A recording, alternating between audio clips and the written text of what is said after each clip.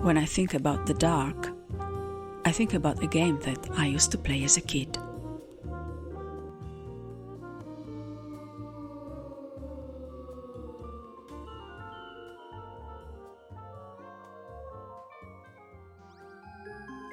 I'm here, in a house that is not mine.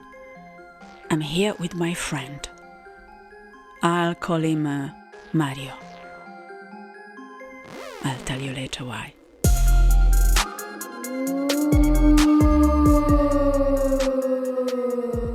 I'm 11. He's 1 year younger than me. Mario has a fascinating family. First of all, they come from the mainland, and this is always a bit of a sensation for us islanders. But there is more. His mom is divorced, and she lives with Mario's father, but they are not married. I'm pretty sure that Mario's mother is the first divorced woman I meet in my life. And she even has an older daughter from a previous relationship. Wow!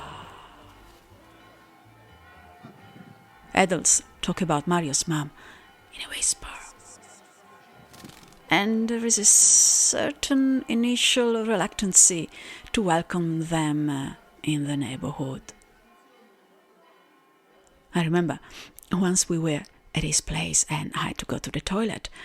I went and I saw a condom floating inside the toilet. Terrifying, fascinating.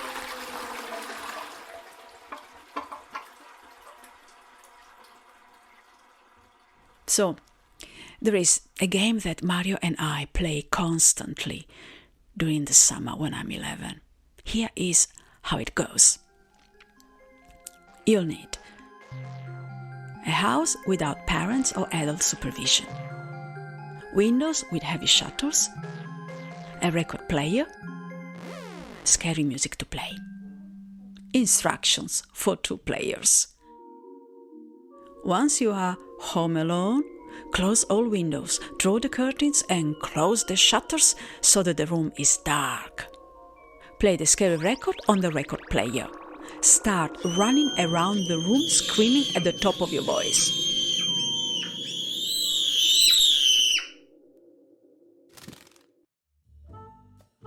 We play this game a lot with Mario. Did I tell you already that there is an unspoken mystery around Mario? I mean, besides his mom being divorced and all. Well, Mario is always pale. I mean, all children from mainland are pale for us islanders, but Mario is pale in a specific way. I found out the meaning of that specificity one day that someone bullied him at school and he came home with a cut on his eyebrow. He was paler than usual and scared. All adults were scared. They were fussing around him, worried, and then the whispered words, hurt, murmur. That's what I think was the main issue with Mario. The reason why his mother always recommended that I make sure Mario doesn't strain himself by performing any activity that makes him sweat. Sweating was strictly forbidden for him. I'm a kid. I'm not sure what it means to have a hurt murmur. But I take my role as a big sister with enthusiasm. Glad to have an excuse to ignore those annoying rules that they start telling me on how a female must behave in puberty. So here we are.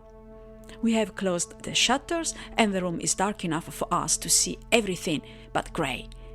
It is disquieting because in the dim light we can easily make out the contour of the furniture.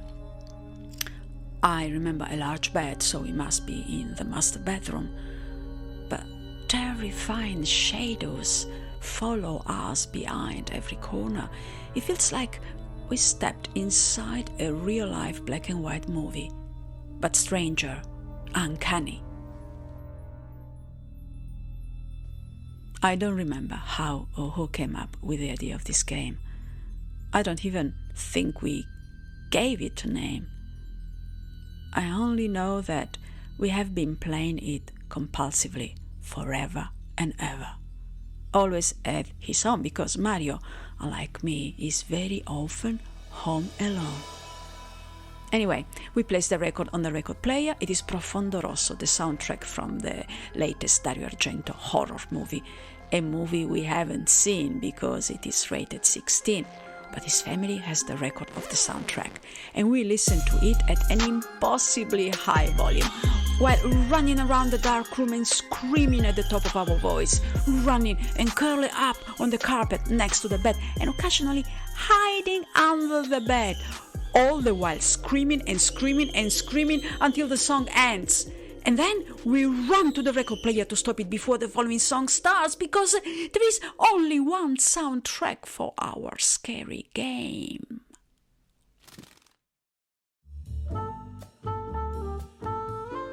In my memory, we have played this game during the entire summer. That strange summer when so many strange things happened to our families. No one took the time to explain what was happening to us, the kids. No one told us why. The strange behaviors by the adults. Our game played in the dark. Although now that I think about it, I have the impression that Mario was scared of darkness. Because in that strange summer, it happened that he did several sleepovers at our place. I mean, this per se was really, really strange. He lived around the corner and sleepovers weren't common back then. But I remember Mario sleeping in the guest bed. And I remember him asking for a night lamp because he was scared of sleeping in the dark. And I also remember that he could only fall asleep if he rolled violently his head on the pillow, from right to left, from left to right, for what he felt like hours. I remember listening to that unfamiliar sound in the dark of my room. After all what happened on that summer, our families lost contact. His family moved back to the mainland, and we haven't seen each other or spoken since. I confess that I did think about contacting him. But then what?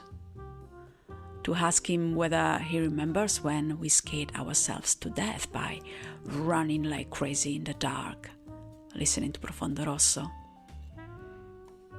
One last thing. I haven't explained yet why I didn't reveal his real name. I did it on purpose because I searched for him on the internet, hoping to find him, and well, I did find him. It turns out that despite the paleness of his youth, Mario became first Italian and then European champion in quite violent contact sport, so he's well known among people who follow that sport. There you go. From darkness to light, Mario must have overcome whatever demons he had that didn't allow him to sleep well in the dark.